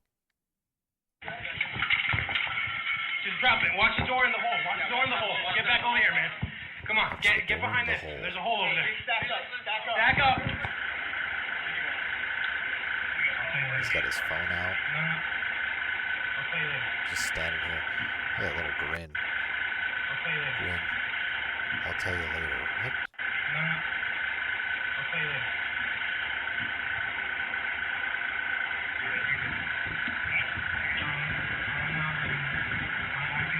Here's yet another co-ed bathroom. How many family restrooms do you have in this place? It's got a handicap accessible male and female sign on it. And this is clearly in a completely different part of the building than what we saw in the evidence photos. Yet another bathroom that I don't recognize. We saw so many.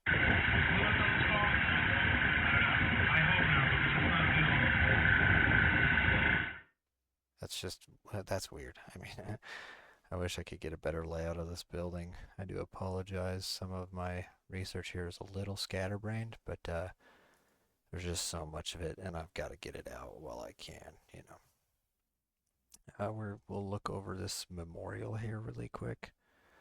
So, this is the way it's been for a while, you know. This is how people just decorated it. Pretty typical. Puerto Rico represented. There must have been a lot of gay Puerto Ricans here, which is interesting. Like I said, it's what a weird thing, right?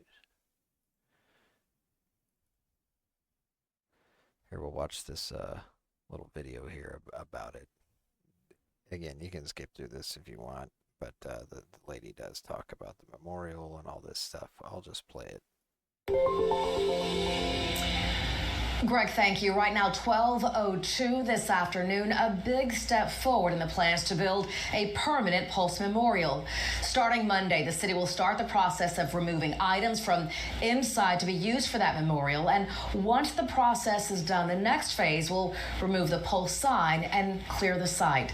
Our Sarah Winkleman joins us now live from Pulse. And Sarah, when can we expect construction to begin?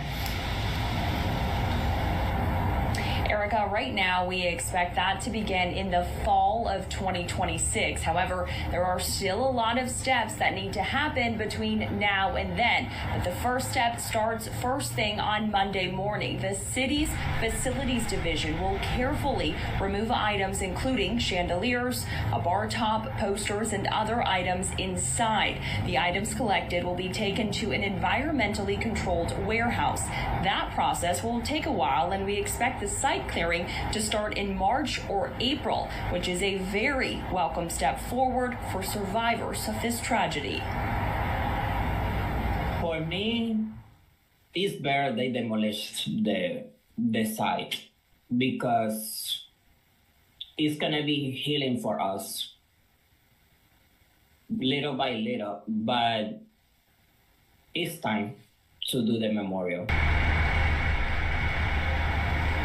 He's the Puerto Rican. He moved back to Puerto Rico. There are Puerto Rican flags everywhere, okay? And then he says something about how it's time for the memorial because all of this is going to be hidden from us over time, like slowly. That's what he says. So I don't know what he's trying to say.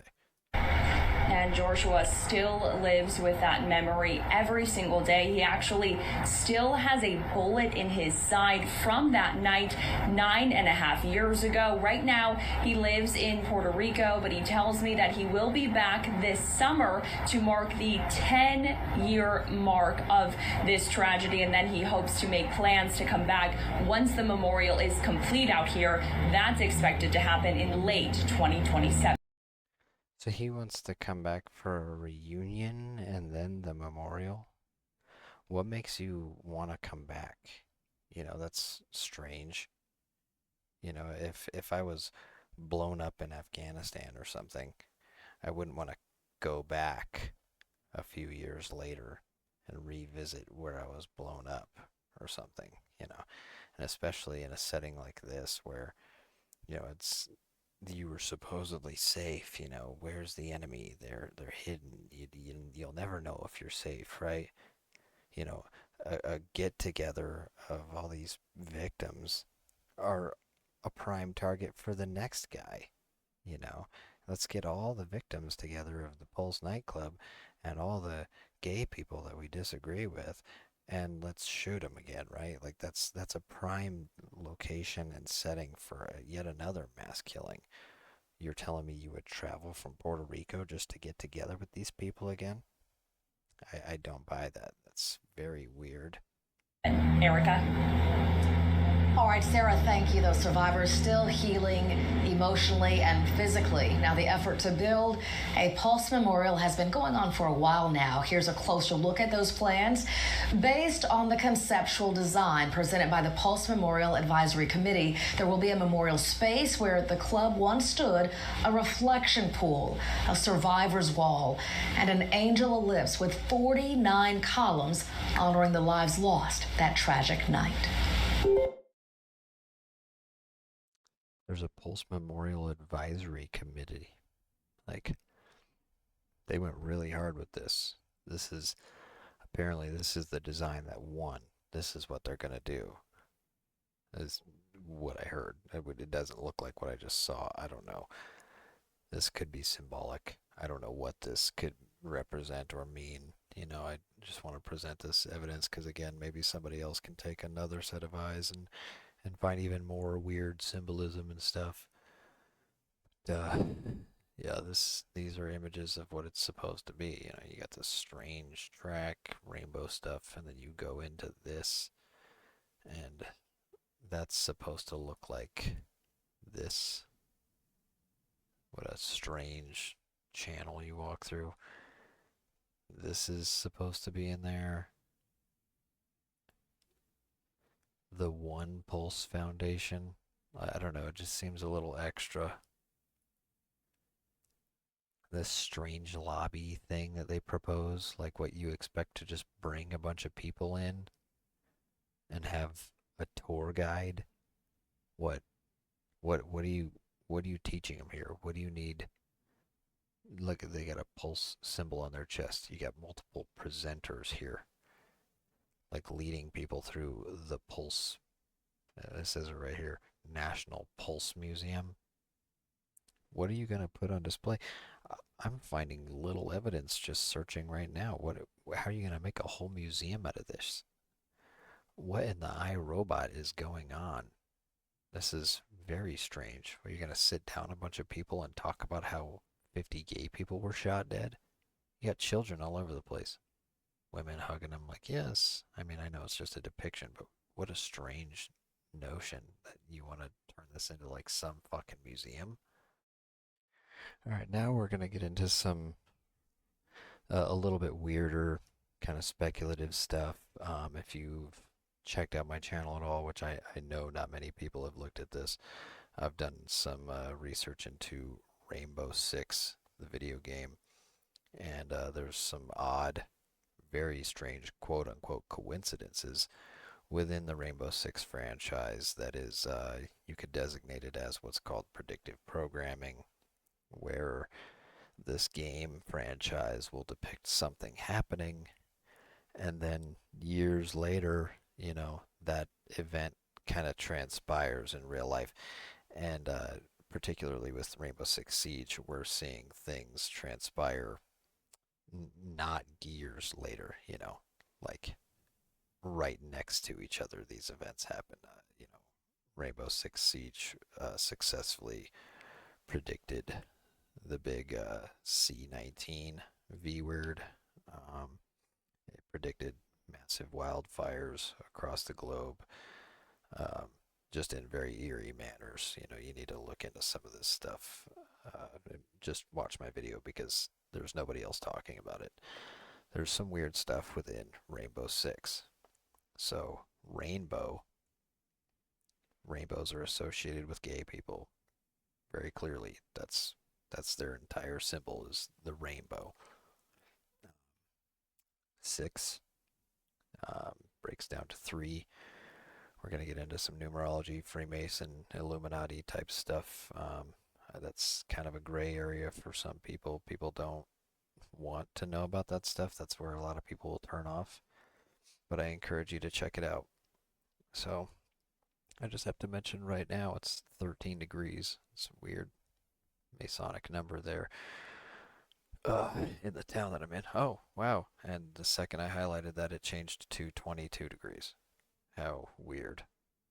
It is 1:22. The date is. It says 1:22 right down there at the bottom of my tab. Synchronicities, strange things, numerology, it all correlates. It's all related. If you're really in on any of this stuff, we live in kind of a simulation, and that it's theorized that the elites that run our world, they can kind of manipulate the fabric of the world because they understand it better than us, and that's why they use numerology. It's a ritual. It's like black magic. It's also hints to us. Um, they drop hints to let you know that this had something to do with them. So we're looking for threes, 33, 32. If you know anything about Freemasonry, sorry, I'm kind of prefacing this for some people who don't know too much about this. 33 and 32 is extremely relevant. 322 is the number for Skull and Bones. That's the secret society that George W. Bush was a part of, and he was a key player in bringing down the Twin Towers, 9/11. So yeah, we're looking for threes, 32s, 33s. 32 and 33 is also unique in the Freemason world because the 33rd degree is fabled to exist. You reach degrees in Freemasonry, and many people never get to these higher degrees. Even if your pa was a Mason or something, he probably didn't get high enough to know this stuff. You can be up the third degree. It's a common degree for a lot of Masons to get to, and they don't know anything. So, but it is speculated that the 33rd degree doesn't even exist. But in a secret society, it's obvious that, maybe it does exist, and that's the most secret. That's the highest level. So you've got the two levels, right? 32 and 33. Depending on who you talk to, that's the tip top of the Masons. Okay, so we'll just kind of get that out of the way so people can know. But, anyway, this character, his name is Pulse. Very weird, right? Cardiac sensor, that's his gadget. All of this information here. You can go and get this stuff. It's obviously readily available. But I made some correlations with him and mass shootings, and obviously this mass shooting. But before we move on, I want to show how he looks an awful lot like this individual. Pause that and really stare at that if you want really quick.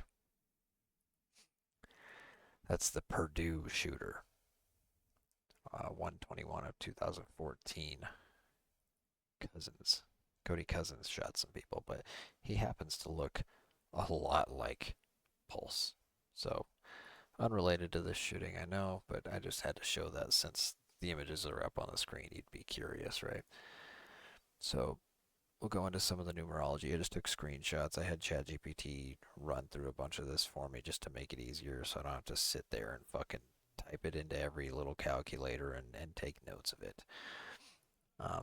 Which I do pretty often. I go through like the gematria calculator by myself. I don't make ChatGPT do much of anything. I don't like trusting it.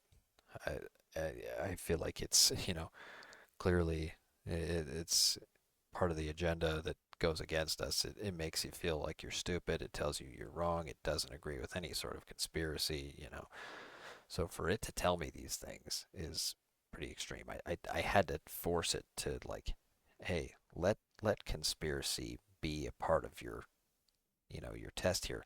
Allow yourself to go beyond what you know to be factual. I had to tell the machine to do that because the first time telling it to do these things, it's just like, no, there's no truth to anything you're saying. I'm not looking for truth. I'm looking for information. Pure information, not truth specifically, So here we'll show Siege X. That's what Rainbow Six Siege has become. For people who don't know anything about the game, Rainbow Six Siege was released in 2015, and just a couple years ago it turned into Rainbow Six Siege X, where it is now free to play. It is now accessible by anyone and everyone. You don't even have to pay money to play the game. Okay. And I've never even ran it through numerology. I never get to this, right? So, below is a coincidence focus pattern. I told it to look for coincidences. That way you have to call it a coincidence for it to accept it. Because it doesn't think anything is intentional. So let's see. It says not an evidence of causation. Blah blah blah. Yeah, I know. Okay, so CJAX reaches 33. Okay, that's the Chaldean, the Pythagorean, and then the gematria number is what I had it look for all three. So particularly there, it's only showing the two, but it reaches 22 in Chaldean and 33. I think this is supposed to be number 2. Pulse Nightclub lands on 3. The shooter and event name both land on 6. You got 6, 6, 11. You double those 6, 6. Need a tight pair. 6 and 6. Omar Mateen breaks down into 6. Pulse Nightclub breaks down into 6. Doing numerology, which the elites use this shit. Okay, gematria is the Jewish version of numerology, and let me tell you, if we go mess around on the gematria calculator, you'll find some stuff that it just blows you away. It's just so disturbing, weird. So let's see. Jack Estrada, the name for Pulse, his real name is Jack Estrada. It equals 3. Cardiac sensor equals 3. Pulse Nightclub shooting 11. Birthplace for Pulse is Goldsboro, North Carolina. It, as this thing says, birthplace string is unusually 3 heavy. 3, 3, and 3. It breaks down to 3, 3, 3. Expanded cipher, meaning CJAX hits the master number. You got 6, 3, 3, and 2, 2. Like, says separate Ubisoft coverage exists for CJAX as the branding's game, as the branding for the game's evolution. If you're treating X era as meaningful, yes, it is meaningful. It's the same game. Orlando breaks down to 11. Omar to 11. Pulse Nightclub 11. And Chaldean. Forgive me if you want all the details, just pause it and listen to it. I'm just going to run through just to show you. Character identity 3, 3. Cardiac sensor 3, 3. Operator's name 3. Operator's core gadget theme 3. I conveniently had the coordinates for where this event took place. It says surprisingly clean. So it goes through and it gets this 80. Rainbow Six Siege becomes 8. That's why I was telling you to remember 8 and 80. Because even ChatGPT is willing to admit that, wow, that's tidy. For the coordinates to match up with Siege. That's strange. Here's just a table that shows all the different conversions it came up with things that are just related. Feel free to pause that. Obviously, lots of 6s, 3s, 11s, 33s. Notable conspiracy friendly repeats. So yeah, 3s, 6s, 11s, 33s, 22s. 11, 22, 33 triangle has a high signal coincidence. Okay, so basically, as this thing states, in conspiracy numerology, that ladder is often treated as a complete cycle. So in the conspiracy world, ChatGPT knows that if it has 11, 22, and 33, then that is full circle. That is a complete operation, if you will. The numerology is complete there. It did the full triangle there for their little pyramid. Illuminati pyramid. Triangle, 3 angles. Pulse Nightclub equals 3, shooter's name, blah, blah, blah. You see all this, we've went over it. So the numerology is very heavy on 33. You know, we're seeing, we can go back to this here, you know. Conveniently, it took 33 hours. You know, how many times did I interrupt the dialogue in the last videos? You know, three, you know, shot 3 times. Took 3 hours, you know, 320 people, roughly 300 people, you know. The numerology is strong. So I guess in closing, you know, there's a lot of research left to do. I don't know where I stand on this. Obviously, there's a lot of shady stuff. There's the classic monikers of, you know, Masons and false flag stuff. But I couldn't tell you what truly happened here, you know, versus the other ones. I feel like I can definitively say that nobody died, you know, that it was a bunch of crap. You know, you got everybody smiling, you know, there's no truth to any of it, you know, it's very minimalistic. Here there's a lot of information. We don't usually get that.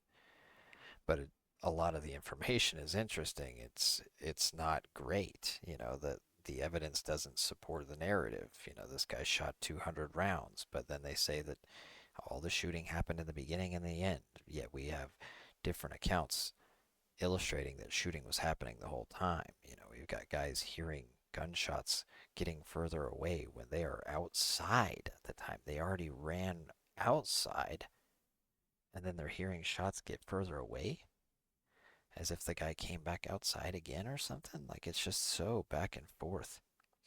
And the officer in the beginning, I never heard that until I started really digging back into this, that a officer saw him enter.